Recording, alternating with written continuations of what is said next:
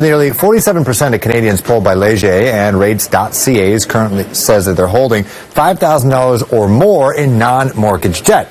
And signs point to further risk heading into 2024. John Schmuel is a managing director of Rates.ca. Thanks for joining us here live on CP24. What are some of the highlights that you picked out, the amount of debt people are still holding right now?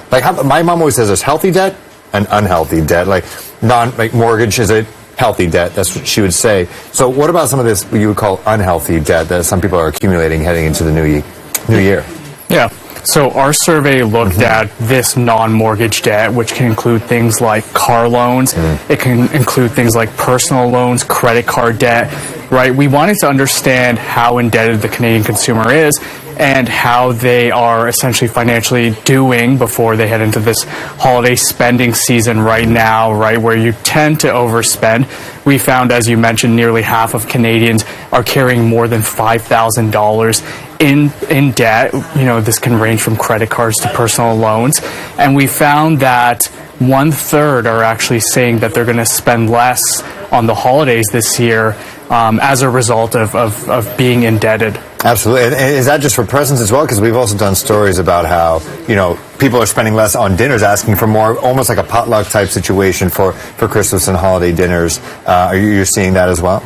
Yeah, so this survey just looked at holiday spending, but I mean, it is a symptom of what's going on with the Canadian consumer, right? They are highly indebted. Many economists will point out that Canada has one of the highest debt to GDP ratios in the world, right? So we are in a situation where not only are consumers indebted, the housing market has been on a downtrend for the past couple of years, and a lot of Canadians derived a lot of their wealth from their homes, right?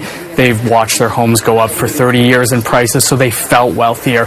And I think that, combined with the high levels of debt, is making people say, hey, I need to stop here for a second and maybe reassess how much I'm going to spend. Right. As you know, we were talking about newsmakers yesterday. We were talking about how the Bank of Canada, increasing interest rates has really affected how people view, like you said, their worth and at least financially, and also how much money they can spend. But as we just talked about here, there are forecasts saying that interest rates could be going down starting next year. I know the survey is talking about the holiday season, but what are you guys looking forward to towards the new year and how people feel financially, personally? Right. I mean, one of the things that we'll be paying attention to if interest rates come down is, will the consumer become emboldened again, and will people start spending more, right? I mean, what we saw prior to 2022 is a lot of really attractive interest rate offers for financial products, right? We saw a lot of 0% offers from everything from cars, right? A lot of car financing was 0% for, whatever it was, 36 months, 48 months. We also saw a lot of really attractive personal loan offers. That is not the case anymore. Interest rates are quite high.